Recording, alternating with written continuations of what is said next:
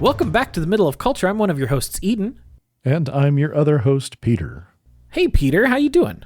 I am doing pretty all right. Had a little time off last week, had then a busy weekend of travel and sleeping in different beds on different nights, and it all ended up with me, as I kind of mentioned in our pre-recording conversation, it led to me waking up Tuesday morning when my alarm went off, not knowing where in the hell I was or what I was supposed to be doing.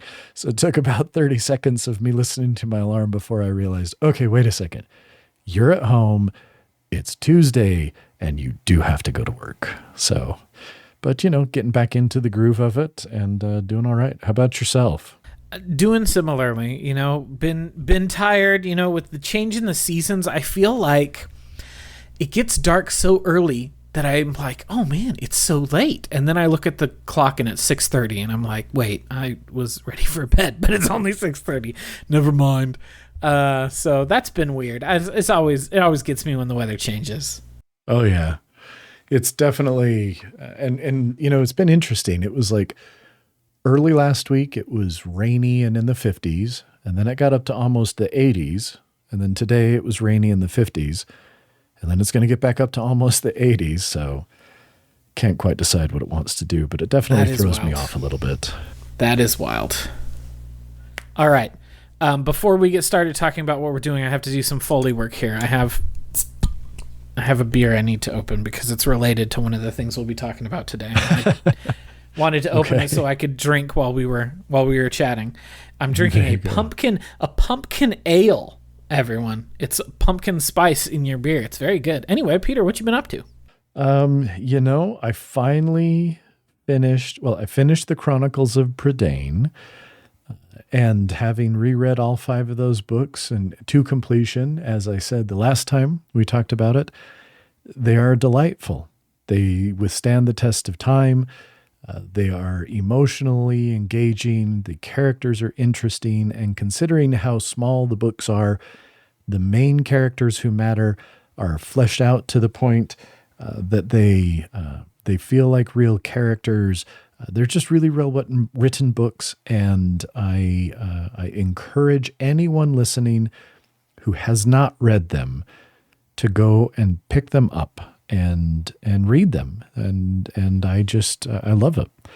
I finally finished Wheel of Time book 11 and have started into the last 3 books, the Sanderson/Jordan books. And to his credit, or to my dismay, you pick, it doesn't feel obvious yet that it was written by a different author.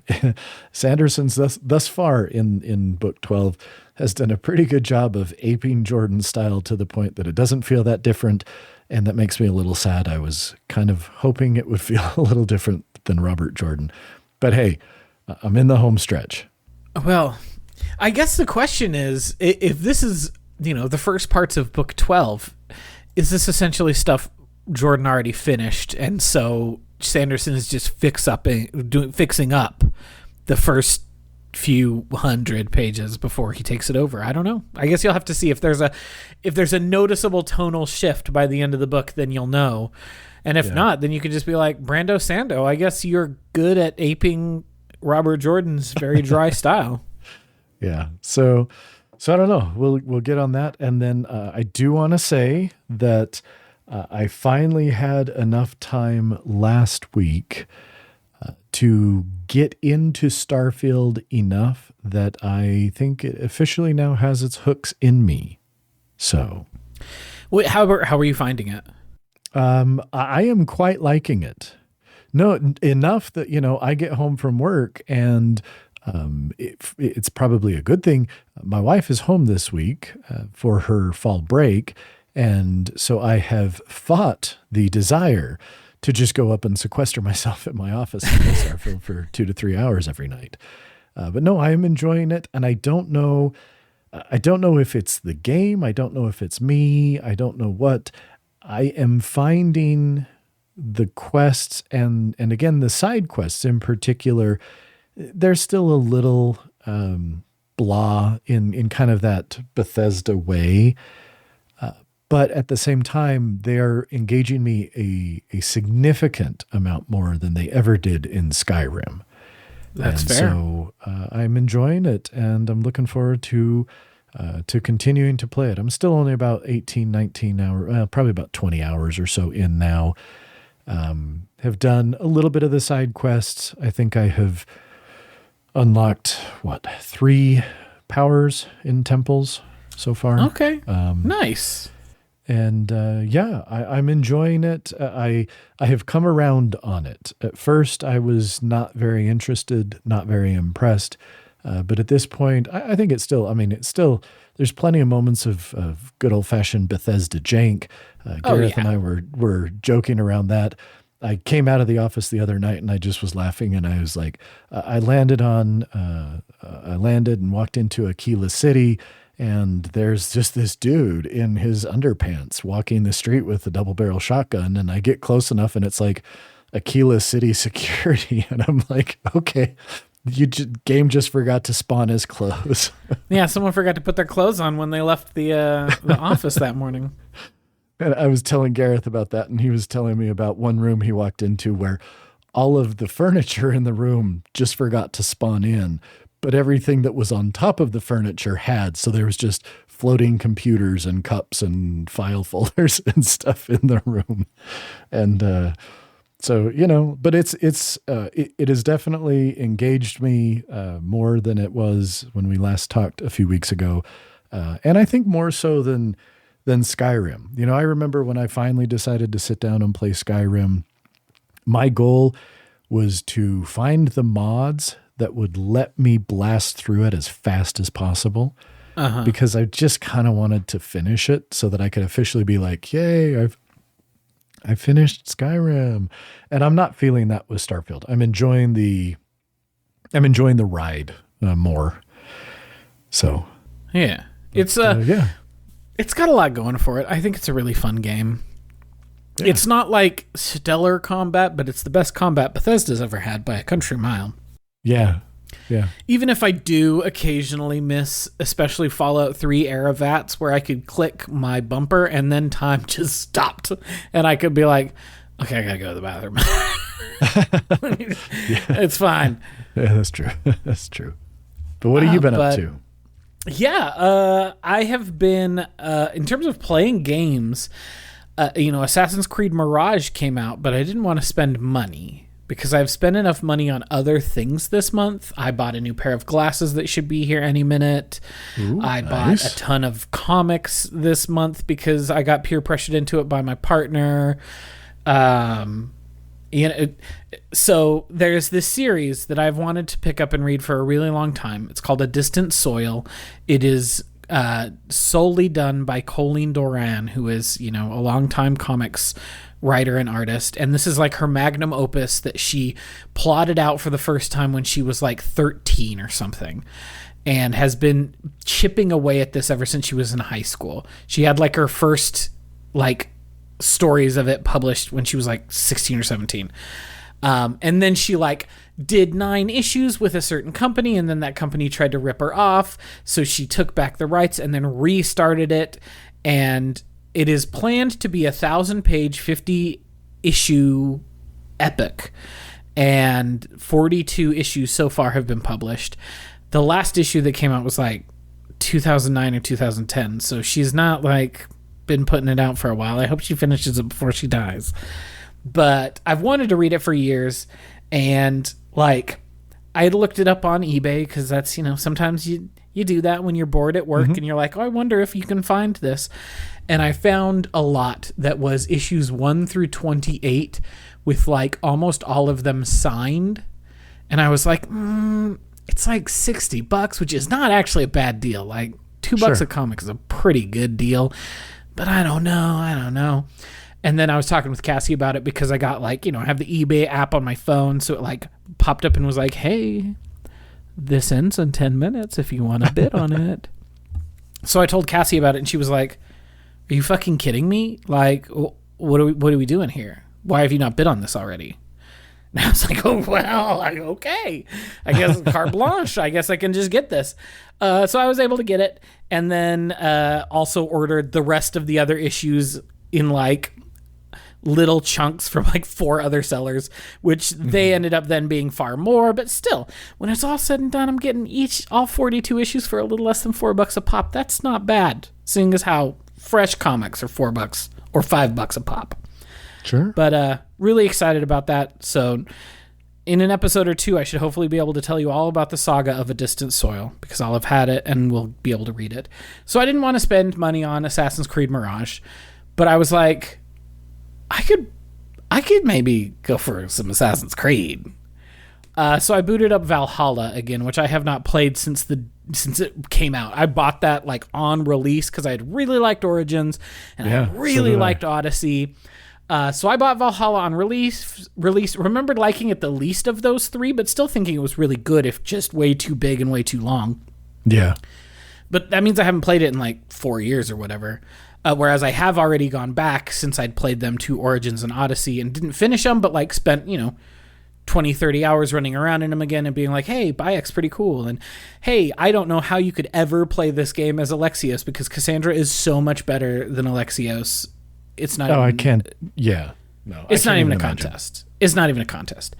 But I have gone back and I'm playing Valhalla, and it is everything I remembered it was. It's a really big game. There's a lot going on. Eivor is a cool character, and I'm having a very fun time. If I do think it is too big and too long, and that's not even including the 3 expansions it has, and the fact that Mirage was originally going to be an expansion to it until they were like, let's just make this a little bit bigger and just put it out as its own game. Yeah. But I'm having fun playing Assassin's Creed again. Nice. Yeah, I'm just glancing at a review, and it looks like it's only about a 20-hour game instead of a 100-plus hour game, which, on the one hand, I think I like that idea just from a time management standpoint. At the same time, boy, I loved getting lost in the world of Odyssey. That was just Odyssey was so something good. about Odyssey, that one just clicked for me. I thought the story of Origins out of those 3 was by far my favorite. Oh yeah. And a lot of things about Origins that I think it's the best of the games of those 3. But Odyssey was the one that sucked me in by far the most. I 100% agree. I think that Origins is the best story. I think Bayek and Aya's story is really beautiful and heartbreaking, and like often a very beautiful meditation on loss and how you recover from that, and like how you move on from the loss of a child, while also going around and killing a lot of dudes with a cool wrist blade. So that's also cool. But Odyssey is so much more fun, especially like just trolling around in your big old like Spartan tripart and like just cruising around, ramming boats, pulling up to things, being like, who wants to have sex? And every woman in the entire world flocking to Cassandra being like, I want to. And you're like, let's go. Like, it's just so ridiculous and over the top. Like, I just think Odyssey was splendid in a way that the other two, it just has a levity to it that neither of the other two have. Or Valhalla is not as serious and like contemplative and like the sort of things that you got out of Origins, but it's also not as freewheeling as Odyssey. You aren't just like cruising around and being like, I'm going to the Isle of Sappho, babies. You know that's where I want to be. Or, well, going to a town and then being like, oh, I'm so tired. My wife just can't be pleased with all the sex we're having. And Cassandra's like, I got it. And then she walks in and walks out and she's like, I got it, dude. You're good. I took care of your wife for who knows how long. And then he's like, here's 100 gold. It's so ridiculous. It is. And also, I really liked not having the blade. I liked that it was a projectile that I could toss.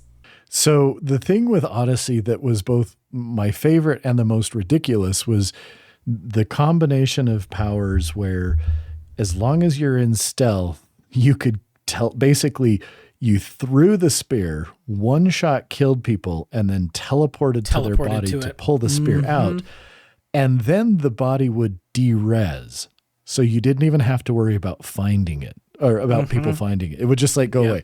And so I spent so many hours just sneaking around in the dark and then just like, boom, assassinate. Boom. Yep. Oh, it was so much fun. I did so much assassination as in Odyssey and in Origins too. Honestly, in Valhalla, I assassinate a lot less. I will go to a place, start with assassinations, and as soon as I get seen, I'm like, fuck you. And I pull out my broadsword, my two-handed Zweihander, and I'm like, okay. And then I start heavy swinging it, and 4 people are dead on the ground.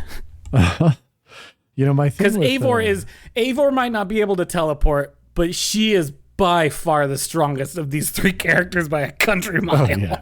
No question. She just wipes the floor with everything. Yeah. My only, not only, but my biggest complaint, I think, about Valhalla, and you kind of alluded to this when you said, you know, it's more serious than Odyssey by far, but it's not as kind of capital S serious in terms of the subject and everything and the way it's approaching things as Origins. My complaint with it is it felt a little too angsty and try-hardy. You know what I mean? Sometimes, yeah. Yeah, not the whole thing, but there were definitely parts of it where I was just like, oh, come on. Eivor, could you brood just a little less? She does brood a little too much. Whereas, she's very Cassandra always she's kind a of stoic. felt... She's a stoic and a poet. That's who Eivor is. But like Cassandra is like, nah, I'm just out here having a good time. Yeah, she's just I hunting down the 36 members of the Order of the Ancients on this ridiculous board of 36 people I gotta hunt down and kill so I can eventually find and like unbrainwash my little brother? Yes. Am I having a real fun time doing it? Also, yes.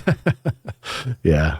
No, I'll definitely have to check out Mirage. I kind of forgot it had come out. So yeah, from all the things that I've heard from people I know who are playing it, it feels like a weird fusion of the first Assassin's Creed game and the later 3 Assassin's Creed games, where it's a little more RPG than like those original Assassin's Creed games are, but still, it's in structure, it's far more like the original 2 or 3, where it's like you get an assassination target, you sneak around in a crowd and follow some priests and like hide on a bench until you go stab, stab, stab, and then that person's dead, and then you disappear. Which I think that the first Assassin's Creed game is a mess, but I still think it's really cool. And like, so too Assassin's Creed 2. Like, I think those 2 games are very cool. So having that style of gameplay while still having a bit more opportunity to roam in an open world like you do in the newer games, even if it is just a single city or just in the city of Baghdad, sounds like it could be really fun. Yeah, cool. But I gotta wait till I get a paycheck again because I spent too much money on comics and glasses. I mean, you know, it happens. It does happen. It happens to me a lot, especially like now that I work at the comic book store, I just talk and think about comics a lot more. So I end up buying comics a lot more. Like, you know, I get store credit for every hour that I work there on top of my paycheck. And so, you know, as soon as I get $40 worth of store credit, then I am like having the owner special order me in the next, you know, fancy hardcover volume of The Rose of Versailles. And it feels so decadent when it comes in because it's this gorgeous hardcover. And I'm like, I didn't spend actual money on this, though. It's pretend money. It's fake money, the best kind of money to spend. Basically, it was free.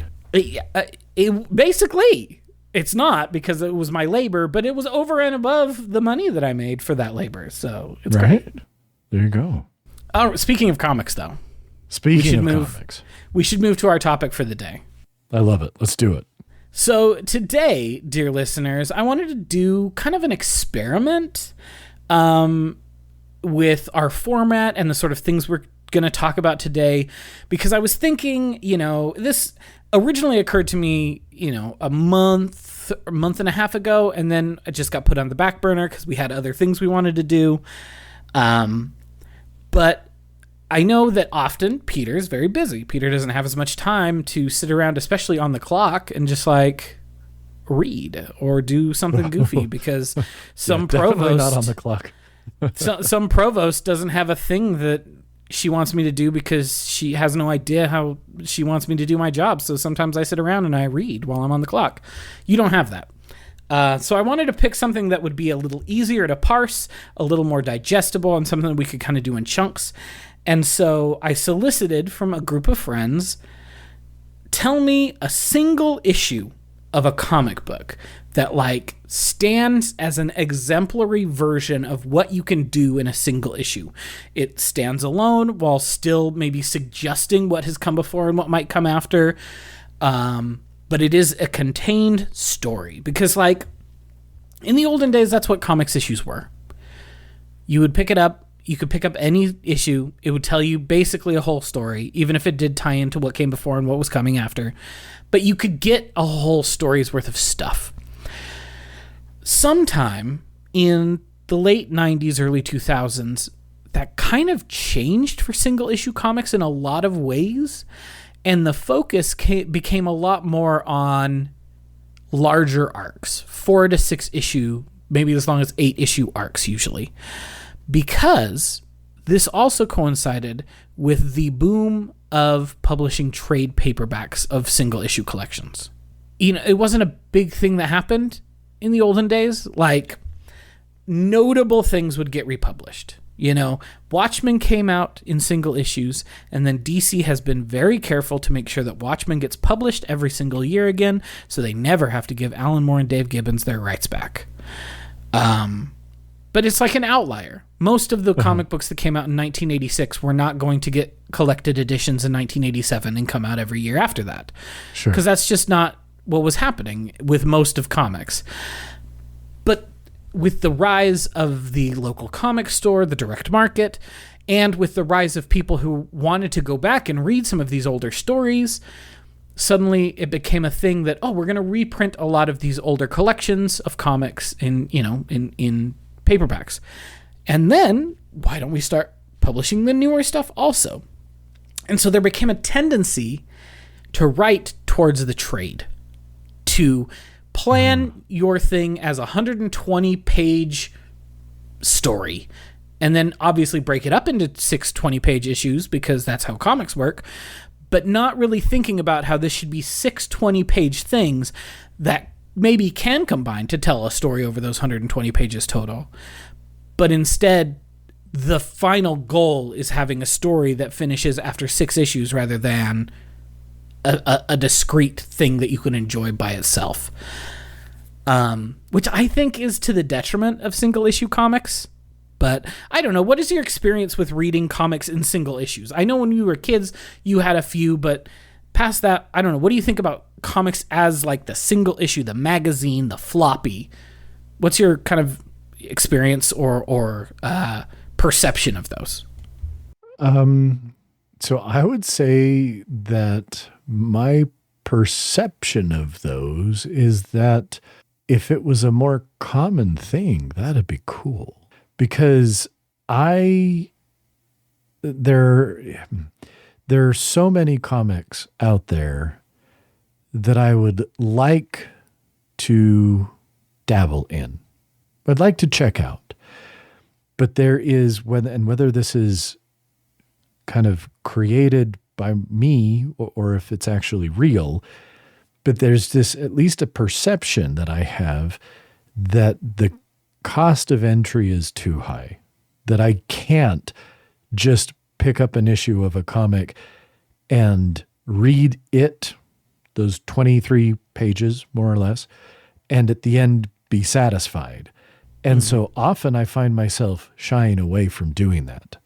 I don't bother diving in and trying to read things because I am worried about getting to the end of that single issue and either starting it and not feeling like I have a freaking clue what's going on, or again, getting to the end and feeling like it just sort of ended and I'm left hanging. And so you know, if at least it felt to me, or there was kind of this perception that that was a more common thing, I think I would actually probably read more comics. Sure.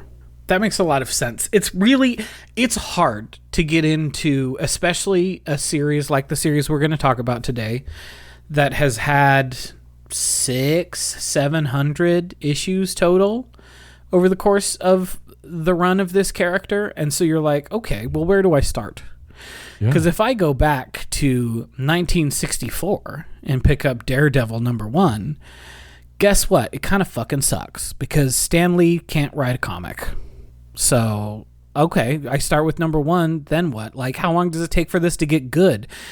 Yeah. The answer is it takes till like the 70s for that to get good. It's pretty bad for the first 65 to 70 issues, and you're like, what am I doing here? Well, I don't want to have to read this. And like, it clearly has become like starting points, like hopping on points have become a real problem that neither DC nor Marvel know how to tackle. Yeah. Which is why the numbering becomes incoherent for a lot of these long-term heroes. You know, like... Yes. So I want to just throw this in here, and I'll let you, again, continue and kind of really get... Basically, what I found I had to do... So I read what we read on Marvel Unlimited. Because I have that subscription, which I don't use nearly as much as I should to really make it worth the money I spend on it, but sue me, whatever. But I had to put in what you sent to me, name of the comic, V1 number, or V3 number, whatever. I had to put that in, Google, and then I would see the covers that Google gave me. And as long as I had 3 or 4 covers in a row that were the same cover, then I could put that same search string into the search in Marvel Unlimited. And out of the vomit that it gave me of options to choose from, then I would I would go, okay, there's the cover that matches, and pick that one. It was almost incomprehensible. It's really bad. It's really hard to find this stuff because it just, and it's true also if you're trying to collect them in paper. You know, I have told this story many times about someone coming to me after Captain Marvel, the movie, came out and said, hey, I know that you're a big Carol Danvers fan. I want to read some Captain Marvel comics. Where should I start? And I was like, oh, Christ, where do you... Okay, so you're going to go to the store and you're going to see 4 different books called Captain Marvel Volume 1. And of those 4 choices for Captain Marvel #1, you're good picking any of them, but they do follow one another. This is the first one that's #1. This is the second one that's #1. This is the third one that's #1. This is the fourth one that's #1. So could you pick up the 4th one? Sure. But all of that other stuff still happened. So like, good fucking luck figuring this out. Sorry if you want to get a more total view of who this character is.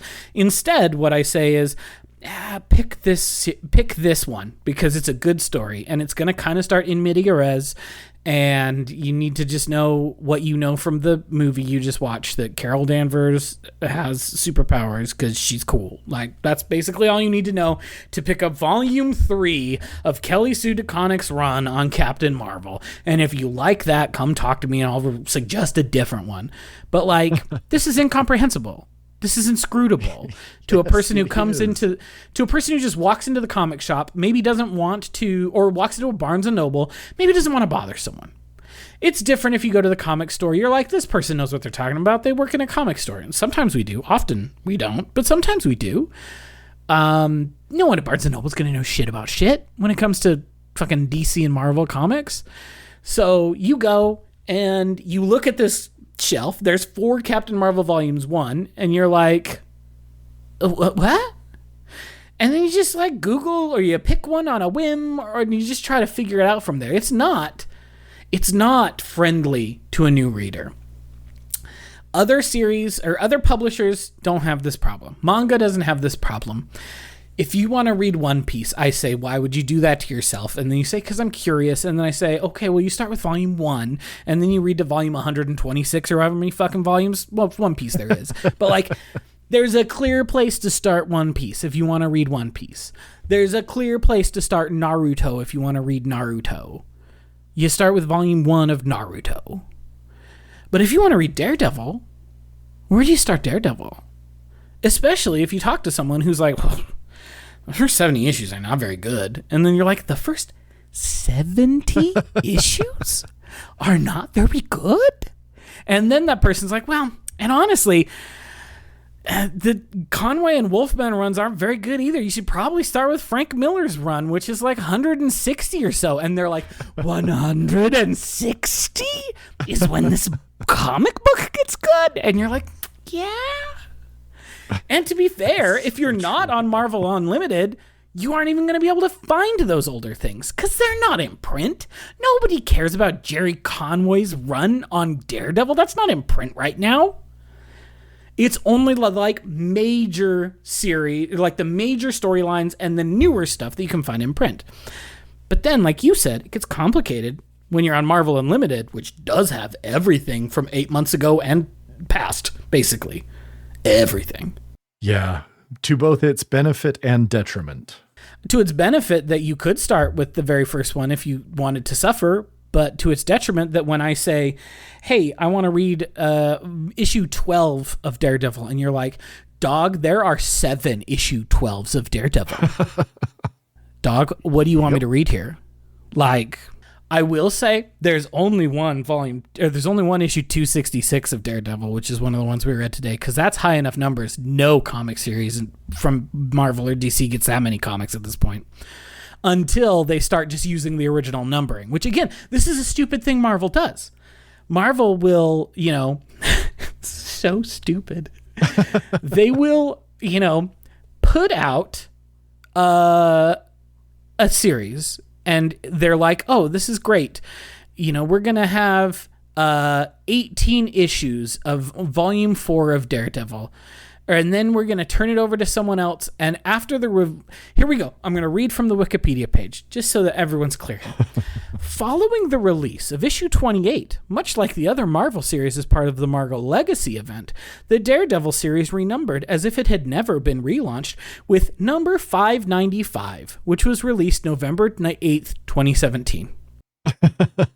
So it went from issue 28 to issue 595. What are we doing here, guys? What are we doing here? Who knows? And they try to have their cake and eat it too with a lot of these more recent books. Like, you could go and buy Daredevil issue 1 that just came out like 2 months ago right now. There's a brand new Daredevil issue 1, but it says in small letters underneath the one, LG or LCY, LGY, something short for Legacy, number 720 whatever. Because it is simultaneously issue 1 and issue 760 whatever. Because it is the 760th comic that Daredevil's name was on. And it's incomprehensible. Uh-huh. But regardless, we're not here to talk about the incomprehensibility of single issues. We're here to talk about why the single issue still can work as a format. So as an experiment, or not as an experiment, as our adventure for this episode, I picked 3 single issues from 3 big, well-regarded runs in Daredevil's publishing history. And everyone knows who Daredevil is. If you don't know who Daredevil is, I guess go watch seasons 1 and 2 of the Netflix show. They were pretty good. Don't watch season 3; it's not as good. But it was fine still. If you liked seasons 1 and 2, then enjoy season 3 as well. Maybe don't skip the Defenders. Important things happen there. I'm sorry, you'll have to see Iron Fist. But we all know who Daredevil is. Kid gets blinded in an accident with ooze that gets in his face, blinds him, but enhances his other senses. Then that ooze goes down into the sewers and makes the Ninja Turtles, because that is the premise of Ninja Turtles #1, is that it's the exact same ooze that gave Daredevil his powers, that went into the sewers and turned the Turtles into Teenage Mutant Ninja Turtles. Okay. That's because did not know that. The Ninja Turtles are a parody of Daredevil. In case no one knows that, the Ninja Turtles were invented as a parody of Frank Miller's run on Daredevil. So now that you know that, you're like, oh, this makes me think about the Ninja Turtles differently. But regardless, he gets blinded, but he gets super senses. Then his dad, who's a boxer, doesn't throw a match he was supposed to throw and gets killed by the mobsters who wanted him to throw the match. And then poor young Matt Murdock is left adrift. He becomes a lawyer and also the costumed crime fighter Daredevil. He's plagued with Catholic guilt because he is the most Catholic character in the history of comics. And therefore has to deal with feeling guilty about nearly everything he does in a way that Spider-Man could never. Which is, again, things that we're going to be dealing with in some of the comics that we read today. And then he's had various misadventures since then. Sometimes people know that Matt Murdock is Daredevil. Then there's some sort of retcon to make it so that nobody knows that Matt Murdock is Daredevil. Sometimes they're very overwrought, like moody, sad crime comics. Sometimes they're more lighthearted. Sometimes he moves to San Francisco and has the Black Widow as his co-star in his book for 50 issues back in the 70s. Like, he's had a storied run. He's been around for a long time. But there are the thing that is interesting about Daredevil, I'm talking too much, but I'm going to keep talking. The thing that's interesting about Daredevil is that after about Frank Miller's run, nearly every time they put someone on that book, they do some of the best comics writings they've ever done in their life. Like, there's not a single character who has more, like, stellar star turn roles for writers and artists than Daredevil. It's wild. Interesting. Like, you've got Frank Miller, who's both writing and drawing back in the 80s. Hugely influential. It's what gets Frank Miller his job doing Batman a few years after this. And him doing Batman changed comics forever, probably for the worse. Because then you get the 1-2 punch of Batman Year One, which is only good because of Mazzucchelli's art, and Batman The Dark Knight Returns, which is one of the worst fucking comics in the world, and it's one of those ones that everybody reads because everyone says it's good, but I hate to inform you, dear listeners, it's terrible. And then Frank Miller has just been doing racist, jingoist crap since then. But, like, that's not what we get here. Well, a little bit. We'll talk about it when we get there. But this is, like, the thing that made Frank Miller was his run on Daredevil. It's where you get Elektra introduced.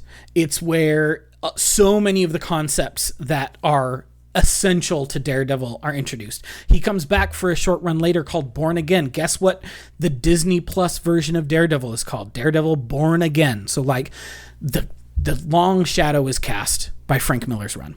Ann Nocenti is another person who has a very long run. She's the person who has the longest run with Daredevil ever. She's an incredible comics writer who I think is really slept on by a lot of people because she's just been doing consistently great work since the 80s. One of the comics we read for today was an Ann Nocenti book. But then after Nocenti, and she's being drawn by JRJR, John Romita Jr., who is still, making comics today. He is literally the artist for Spider-Man right now. This dude is a legend. His father was a legend, and they've both worked in comics for decades. So again, star turns. Afterwards, Frank Miller comes back. Then they relaunch the book with Kevin Smith, the filmmaker Kevin Smith. It's about the only good comics he's ever done. They're not very good, but it's the only good ones he ever did. And then they turn it over to Brian Michael Bendis, who up to this point was not really a well-known comics writer, but this is what makes him a well-known comics writer. Then it gets turned over to Ed Brubaker and Michael Lark, who go on to have star-making turns for both of them. Both of them were like weird indie comics dudes. They come in and do a run on Daredevil that's incredible. And, star turns for both of them. Eventually, Mark Waid comes onto the book. Another guy who'd been in comics for decades, comes on, revamps the book, takes it in a lighter direction. Chris Samney comes on as the main artist, and this is one of his first big ongoing books, and he's incredible. It's followed up by a run by Charles Soule, who I think is really inconsistent. Sometimes he's okay, sometimes he's really bad. I talked at length about why that Star Wars novel he wrote was one of the worst things I've ever read. Mm-hmm. But he's a lawyer by trade, so guess when he does good comics works? She-Hulk and Daredevil, the lawyer characters, because he's a lawyer. So his Daredevil comics are really good. And then, Chip Zdarsky takes over, more famous as the artist for Sex Criminals, but actually writes a pretty good comic as well. He's the Batman writer right now. Did great work on Daredevil. So, this is a character that, for whatever reason, when you put someone on a Daredevil book, more often than not, they turn in some of the best work of their career, which I think is really interesting. And I guess I don't know why that happens. I don't know what it is about Daredevil as a character, because it's not true for every character. Most Spider-Man comics are bad, unfortunately, because Spider-Man is the best character, and then almost every comic about Spider-Man kind of sucks. Yeah. So I don't know what it is about Daredevil. And really interesting, though. They take him in such different directions, which, we'll see in the 3 comics that we read for today. These are 3 very different approaches, even if there's some similarities between Miller and Nocenti. They take him in 3 very different directions, but they all work. And they're all recognizably Daredevil stories. And that's one of the things that I think is so interesting. So when I wanted to do this, again, I reached out to a bunch of friends, and someone recommended Daredevil issue 191, volume 1, issue 191, which was the first of the 3 we read for today. And then I was like, damn, Daredevil is the one to do. You do a triptych of Daredevil comics. I'm going to pick 3 different Daredevil comics and read them back to back to back.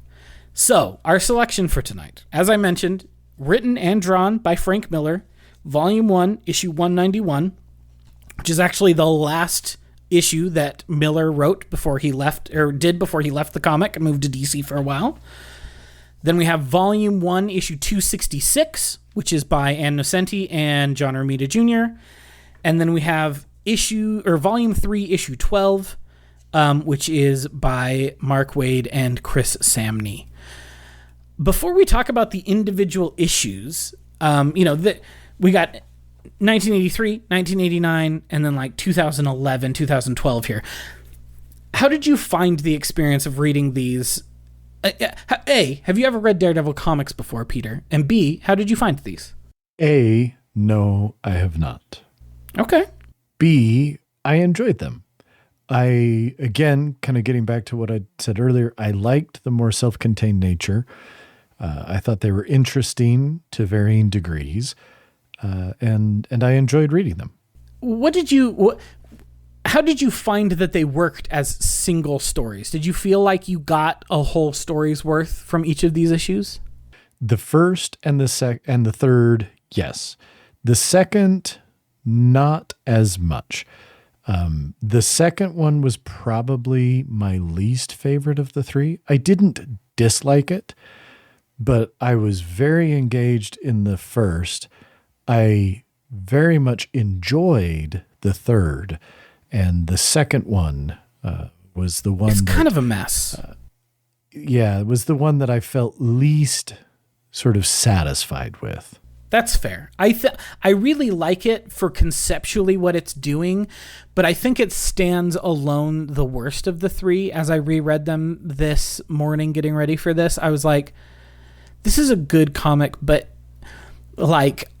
it works because that Daredevil's often in a shitty place. He's often in a really cruddy place, so of course he's in a cruddy place in this book, which I think juxtaposes in interesting ways with what we see in Volume 3, but we'll get there in a minute. But 191, the name of this issue is Roulette. For anyone who knows anything about Daredevil comics, you've probably heard of the comic Roulette, and that is the issue that we read here. Like I said, this was the very last issue that Frank Miller wrote and drew before he left the book. And long story short, the premise of this issue is that Bullseye, a Daredevil's arch nemesis, is in the hospital. his entire body is broken. He can't even speak because Daredevil beat the shit out of him like a few issues earlier because he killed Elektra, which was Daredevil's, love interest. And so he took him to death's door, but did not let him cross. And so this issue is Daredevil showing up to Bullseye's hospital room with a revolver and saying, "We're going to play Russian roulette." And then tells the story of what has broken him as a person, essentially, lately, as he makes Bullseye a victim to him playing Russian roulette until the very end of the issue, when it is revealed that the gun was never loaded. There were never any bullets in it. And I guess those two are still just stuck together. How did you find this one, Peter? So as I said, it was definitely the one that was most gripping is probably the word I'd use. I mean, it really pulled me in very quickly, and I'll be honest, did not surprise me at all when the gun wasn't loaded. That was what I expected. Of course. But the story that kind of goes along the way of this kid was interesting, and I thought it was a good way for Daredevil to sort of be processing through his conflicted feelings, where on the one hand, he, at least I get the impression that he would love nothing more than for that final click to actually have a bullet and him to just blow Bullseye's brains out. But honestly, it also feels like he would like nothing more for it to have been in the chamber when he pulled the trigger on himself, because correct. There's so much self-loathing in this entire thing. Yeah, absolutely. And so I did. I thought it was very interesting. I thought it was a neat way to explore the conflict that Daredevil is feeling. Yeah. And so I thought in that regard, it worked really, really well. And juxtaposed with this game of roulette is Daredevil telling the story of this kid who's basically hero worshiping him, and he gets kind of high on the idea of this kid hero worshiping him. And some bad stuff happens to this kid because the kid's dad is a bad person. And then the kid ends up basically in a mental institution because he's having dissociative identity disorder and thinks that he's Daredevil. And that's told simultaneous with, Matt Murdock telling the story of his father and him saying, "My dad was the best dude who ever lived." Wait, no, he was an abusive asshole who actually was a drunkard who beat me. But he was also simultaneously the best dad who ever lived. So there's this tension between the reality of who his dad was as a person and the way that he still idealizes and idolizes his father in the exact way that the kid idolizes Daredevil as a hero so much that he starts to believe that he is Daredevil, while, Matt Murdock himself knows he's not a good person. Even if Daredevil is doing good things and keeping bad people off the streets from doing bad things, fundamentally, he believes that this is a sin. He believes that this is a thing he should not be doing, but that there is no other answer. And so it's really interesting to juxtapose the way that this kid feels about Daredevil with the way that Daredevil feels about his own father. Yeah. And it's really overwhelming. I feel like Miller is really starting to come into his own, for better or for worse, here as an artist, because you start to see a lot of the really lurid coloring and really lurid shadows that really characterize his work, especially in the Sin City series, which is all in black and white and is almost entirely told in shadow. And you really start to see this here in a way that you didn't see it in his earlier work. It's really stellar to look at. But one thing that I think is very interesting, and this is one of the reasons why I wanted to kind of talk about the single issue as a unit, is so the penultimate page of the book is Daredevil holding the gun to Bullseye's face. It's the last round, and he goes to pull the trigger, and then You turn the page, and oh, it's the bullpen bulletins. And an advertisement for the Dark Crystal. You do not get the payoff, the satisfaction of that final page because of the way that the issue is laid out and because of the way that they placed the indicia into the issue. All the paratext, all the stuff that goes around the comic influences the way that you as the reader are like deal with reading this comic, because he pulls the trigger and you turn the page and then it's like, Stan Lee, fearless publisher, presenter, and creative director of Mighty Marvel, called me up from his office out of Los Angeles today. And you're like, what? Also the Dark Crystal, what a movie. And then you turn the page and see click. And it works in a way that you don't get outside of the single issue. Because the collected version doesn't have all of the paratext, because they're certainly not going to let ads be run again in another version without getting money for them. And obviously the Marvel Unlimited versions also don't have that stuff, because they're just digitized versions of the collections. So you just get the satisfaction of turning the page and the story just continues.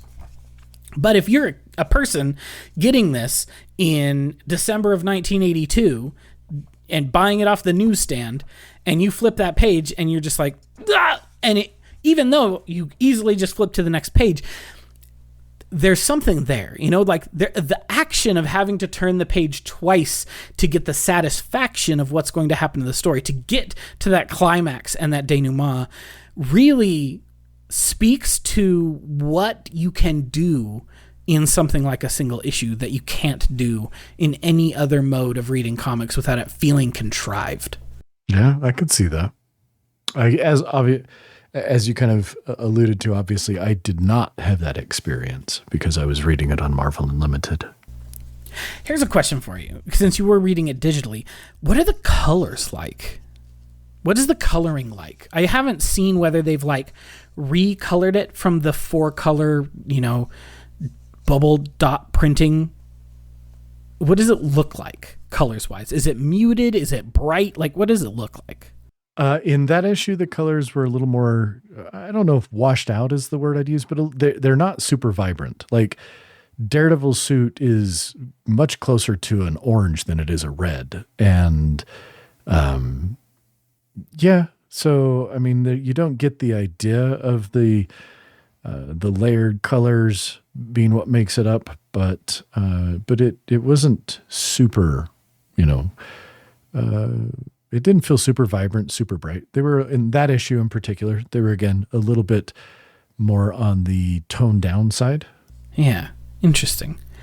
I often miss 4-color printing when it comes to newer comics, and especially when it comes to reprinting older comics, because there's a feel to it, a flatness to the color that you don't get with digital colors that I miss.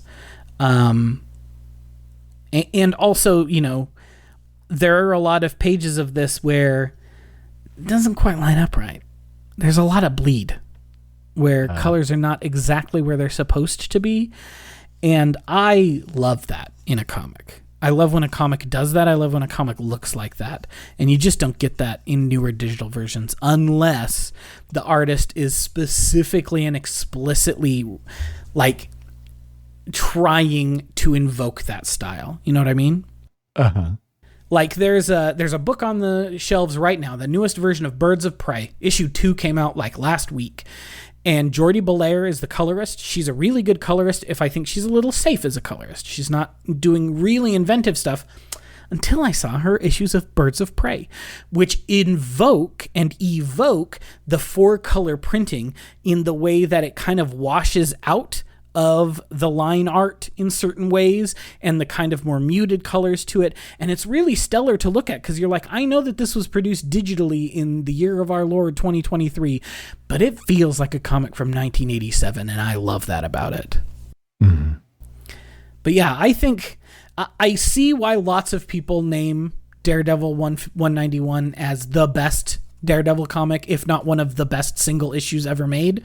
I think that that's pushing it, but I do see why people think that it's an incredible Daredevil comic because it deals with who the character is and what he's going through really, really well. So let's move on to the second one. The second one, like I said, Ann Nocenti, JRJR. It is another famous issue. I can't remember the title of it off the top of my head. A Beer with the Devil. That's what it's called. What happens in this one, Peter? Oh, I mean, it's what is it? Christmas Eve or it's the holidays? I couldn't tell. It is Christmas Day. Christmas Eve. Christmas. Oh, okay, there we go. Christmas Day, and it starts out a bunch of people outside in the snow and lots of little snippets of conversations. People getting ready to go home to open presents, to have romantic liaisons, to celebrate the holiday, and then. It kind of zeroes in on a bar, and the people outside are talking about how sad it is that there are people in the bar and that they're pathetic and they don't have anything. And then you go inside and the bar is totally packed with people.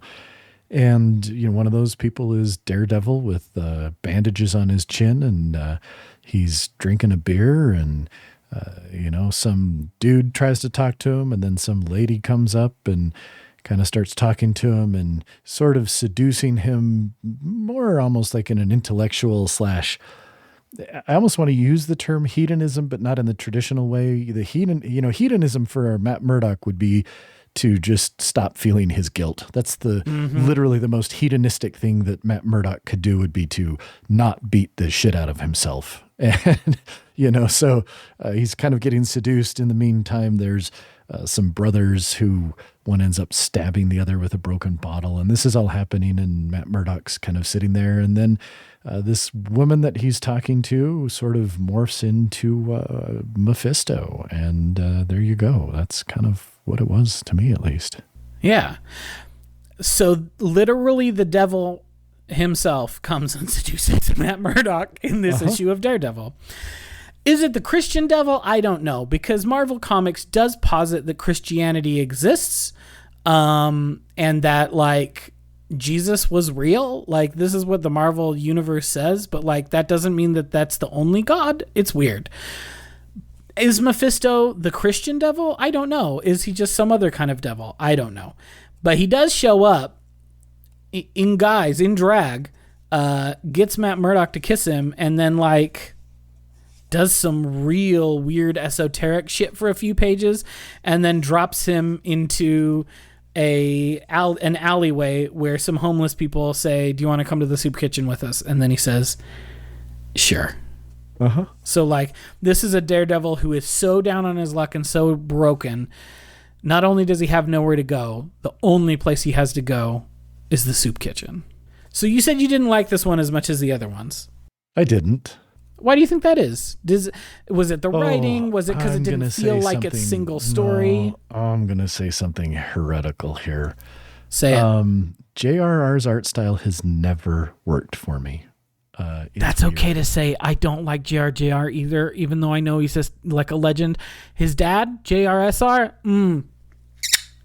increíble. JRJR occasionally works for me, but most of the time I'm just because, like I say, John Romita Jr. Every time I read something, or that he has done the art on, I can, first of all, I will give him this. I can almost instantly tell, and I am not by any stretch of the imagination a comics connoisseur. But his style is such that I kind of go, oh, yeah, nope, I get it. Yeah. And I don't love it. So I didn't enjoy the art style. I don't know. It was, whereas I thought that the previous one, the Frank Miller one, they're both kind of addressing the same thing, which is this idea of all the conflict that is in Daredevil, much of it self-inflicted, self-created. But I felt like this one, I still thought it was interesting, but it felt more abstracted. The conflict within him felt more abstracted. And I think part of it is all of these things are going on around him, and he is sort of just ignorant of it, whether willfully or because he's drunk or because of whatever, or because the devil is there distracting him. Either way, it just didn't have the same kick that the previous one did. Yeah, that's kind of how I felt too. It felt like a meandering meditation, on the character of Daredevil. Whereas I felt like the first one, while still sort of a meditation on the character and what makes Daredevil Daredevil, it felt like a more cohesive, kind of focused meditation rather than just this kind of freewheeling one. You know, I kind of feel the same way. I feel like this was one that was recommended to me. Once I had decided we were going to do 3 Daredevil issues, I reached out to the Daredevil subreddit and posted on there. And I said, give me your best examples of single issues. And this was one that came up quite a few times. So I was like, okay, let's do this one. Again, I generally really like Ann Nocenti as a writer. And I thought this was good. It just wasn't as good as, some of this other stuff that she's done. And it wasn't as good as these other 2 comics. And which I think is even sadder in that this was not my first choice for a Mark Waid, Chris Samney book. It was my second choice because I couldn't get the first choice in physical copy. And I wanted to, again, compare it in terms of the presentation and paratext with the other 2. But it's, I think, better than this one. I still think it's a really good issue of comics.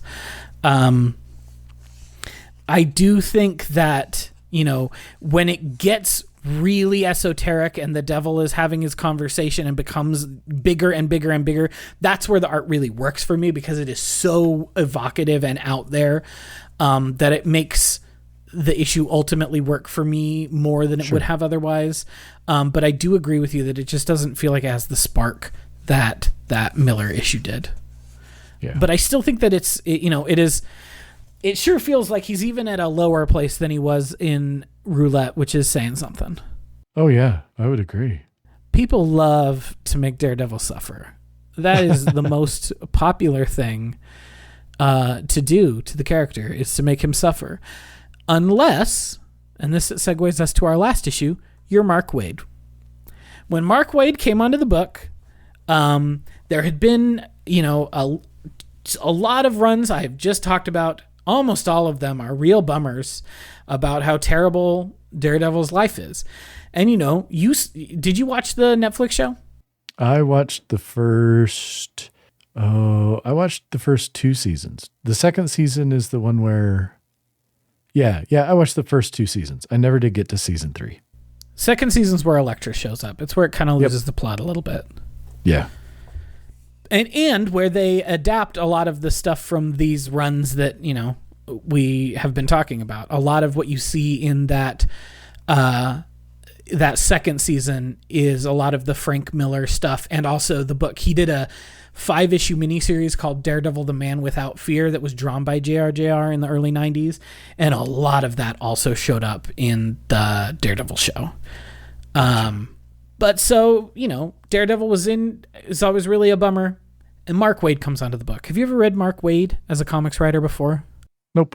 I tend to really like Mark Waid. I don't read a ton of his stuff, but whenever I find out he's on a book, I always think to myself, that's going to be pretty good. One of my all-time favorite Superman books is a Mark Waid book. It's Superman Birthright, which is often, if people ask me, hey, I want to read a Superman book, what should I read? I say, go read Superman Birthright, because it is a really good introduction to the character, and has like a lightness of tone that I think you need to have a good Superman story to work. So when I heard that he was going to be on Daredevil, I was like, that doesn't track to me, because, this was back when I was getting back into comics in the late 2010 or the 2000s, early 2010s. And I heard Mark Waid was going to be on Daredevil. And I was like, but he does lighter comics and Daredevil is the sad sack book. But what he does in his, 40, 50 issues in the book is he brings a levity to Daredevil that you didn't really see since the 70s. And I think it works towards the book being revitalized to a certain extent. And I think that's a lot of what we see in this comic. What happens in volume 3, issue 12 of Daredevil, Peter? So he and a new DA are finally going on a date. There's a whole little thing going on where his Daredevil's identity has been revealed, and then he has gotten a retraction, but so it's kind of out there, but he's still trying to deny it. And she's pretty certain that Matt Murdock is Daredevil, but they go on a date and she lets him blindfold her while they go on this date to what looks like kind of a fair type, maybe a little carnival type thing at a pier or something like that. Looks like they're at Atlantic City. Setting.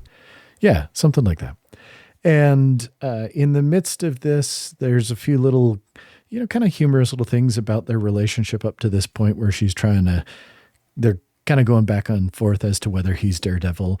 And then really the crux of this is him kind of telling the story about about how he and Foggy became friends and went from roommates where he couldn't really stand him because basically he describes his breathing was like a foghorn to him. And that's where the nickname Foggy came from.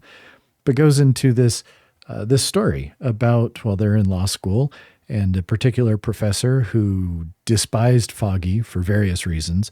Murdoch was kind of this cranky old teacher's pet, and he tries to get Foggy expelled, blaming him for plagiarism. And Matt basically turns the classroom into a pseudo courtroom and is able to sort of prove Foggy's innocence in this and prevent him from getting expelled. And at the end of that, they now are best friends. And I just want to say, I thought it was great. It was very fun. It was kind of delightful.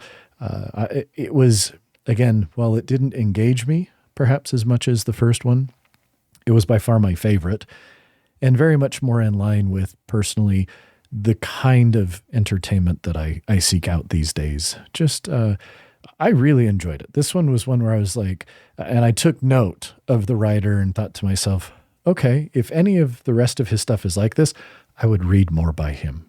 Honestly, you could do worse than just reading his Daredevil run. It stays as good as this. And it's a great introduction to the character.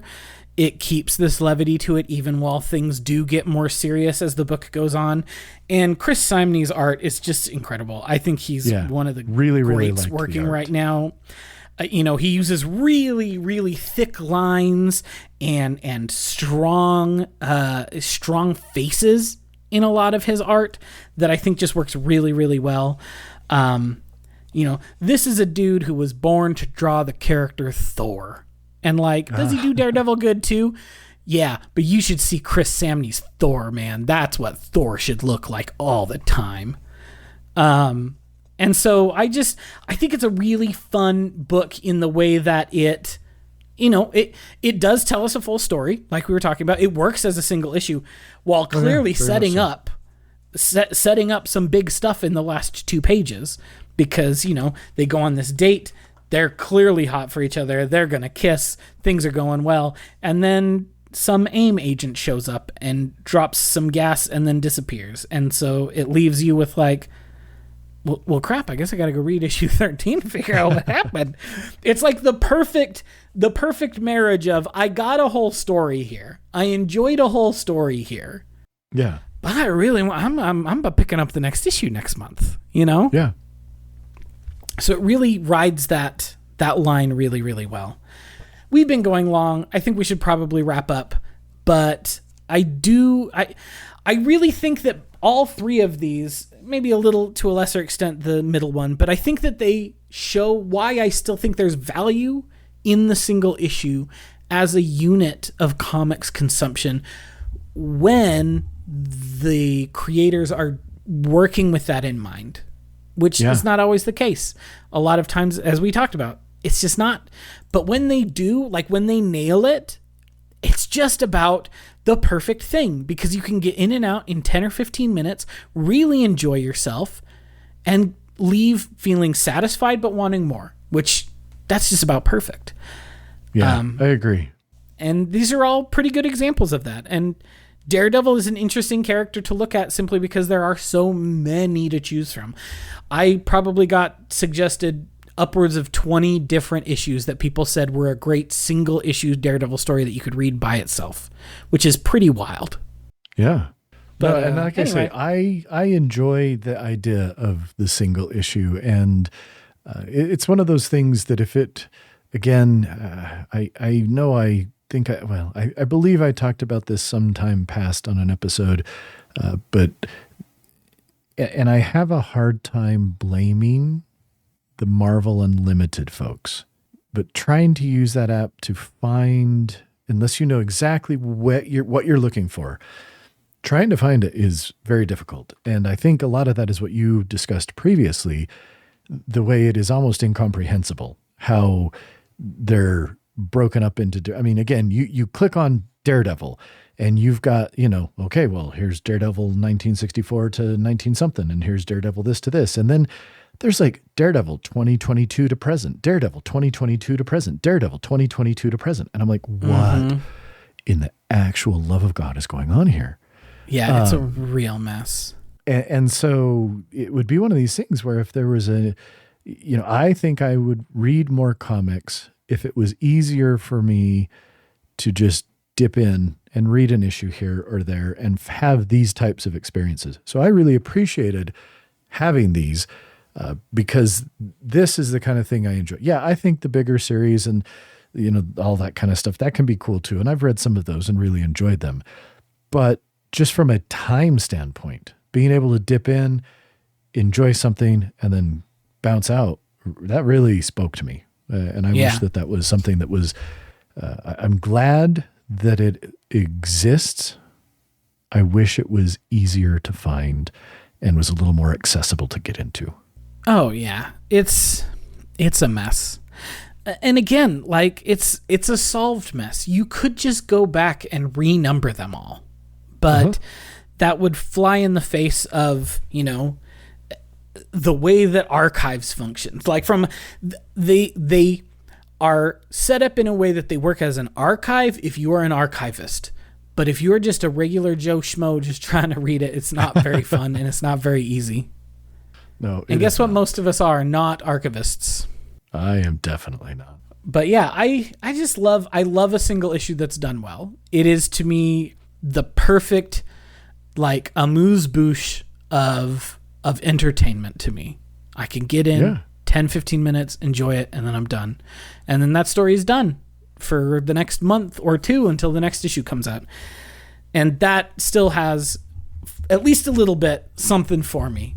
There are a lot of comics I've stopped collecting in single issues, and I will just wait for the trade. And there are still some where I'm like, no, I got to get this every month, and I got to read it every month. Yeah. But we'll wrap up here. Thank you all for listening. If you want to talk to us about your favorite comic series and why we should start with X volume of Y character, you can always reach out to us at themiddleofculture@gmail.com. And we will be back in a couple of weeks with another adventurous tale for you all. We shall. Thanks for everybody listening. Bye.